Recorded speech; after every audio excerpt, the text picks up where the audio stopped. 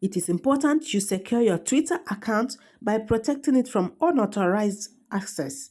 If you're a returning subscriber, keep being amazing. If you are new here, you are welcome. Launch the Twitter app on your profile, tap on your profile picture.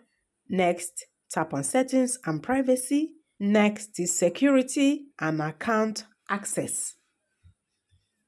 Tap on security. You have to manage your account security by tapping on the two-factor authentication. All right, help protect your account. You can do the two-factor authentication by using mobile phone number to receive a text message. You can use an authentication app or use a security key.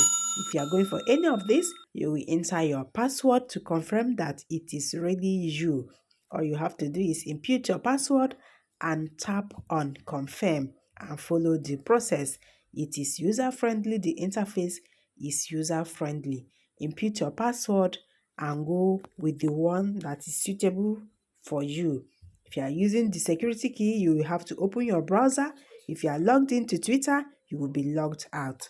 This is how you can secure your Twitter account by turning on the two-factor authentication. You can also add additional password protection. Enabling this setting adds extra security to your account by requiring additional information to reset your password.